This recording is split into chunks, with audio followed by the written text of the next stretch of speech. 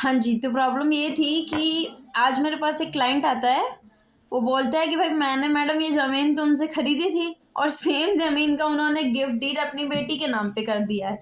तो अब हम इस ज़मीन को कैसे बचाएँ? तो फिर हमने चेक किया तो उसकी बात सही निकली कि भाई उसकी जो सेल डीड में लैंड लिखी हुई थी, सेम लैंड उस गिफ्ट डीड में भी लिखी हुई थी। इसका जो सेल डीड था वो पुराना था, गिफ्ट डीड नया था, तो सेल डीड जो होगा वही प्रिवेल करेगा। फिर अब हमने कहा उसको कि अब भाई गिफ्ट डीड कैंसिलेशन का सूट हम फाइल करेंगे विद इंजंक्शन।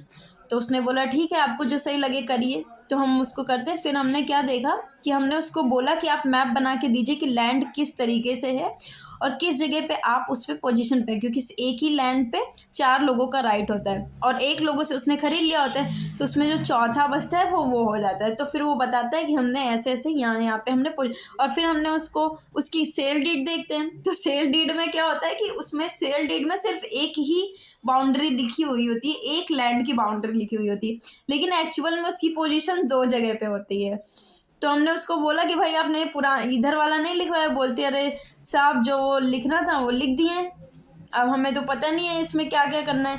हमने कहा चलिए कोई बात नहीं, ठीक है। वो तो उसका गुड लक होता है कि इसकी जो बाउंड्रीज़ जो उसकी सेल डीड में लिखी होती है, सेम बाउंड्रीज़ गिफ्ट डीड में लिखी होती है। तो हमारे कैंसलेशन के लिए इतना इनफ था कि लैंड सेम थी, बाउंड्रीज सेम थी और जो पोजीशन जिस टाइप से वो उसमें दिखाया गया था सेम पोजीशन इसमें भी दिखाया गया था। तो उसका सूट तो फाइनल हो जाता है। लेकिन हमें आप लोगों से मतलब एक सजेशन है कि प्लीज़ आप लोग किसी लैंड को लिया करिए तो ये चीज़ देख के लीजिए कि उसका जो फैक्ट है, जो पोजीशन है, वो पूरी मेंशन करवाया करिए। मीन्स बाउंड्री सही सही लिखवाया करिए। और अगर गलत लिख जाए तो उसके लिए मैं नेक्स्ट वीडियो बताऊंगी कि अगर बाउंड्रीज गलत लिख जाती है तो आपको क्या करना चाहिए।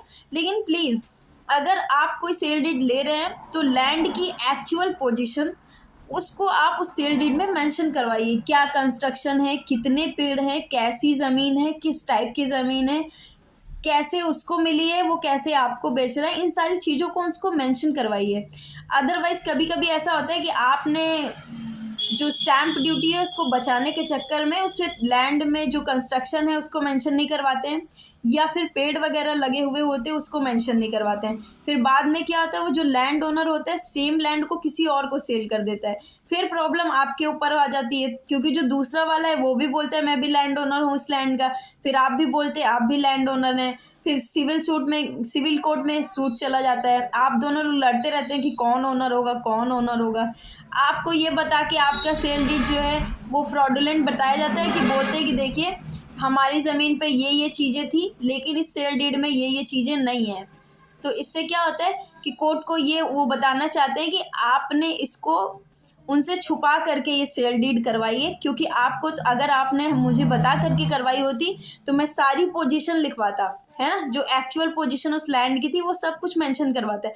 लेकिन आपने मुझे बताया नहीं, आपने उस ज़मीन को देखा नहीं होगा, इसीलिए आपने आपने कुछ लिखवाया नहीं। तो इसलिए ये मेरा सजेशन है कि आप मतलब किसी भी लैंड को अगर आप खरीद रहे हैं तो उस लैंड की एक्चुअल पोजीशन को लिखिए। उस टाइम भले ही आपकी कोई स्टैम्प ड्यूटी कुछ बहुत बच जाएगी, लेकिन इन फ्यूचर के लिए वो आपके लिए वो पक्का डॉक्यूमेंट हो जाएगा ना, फिर आपको कोई ये क्लेम नहीं कर पाएगा।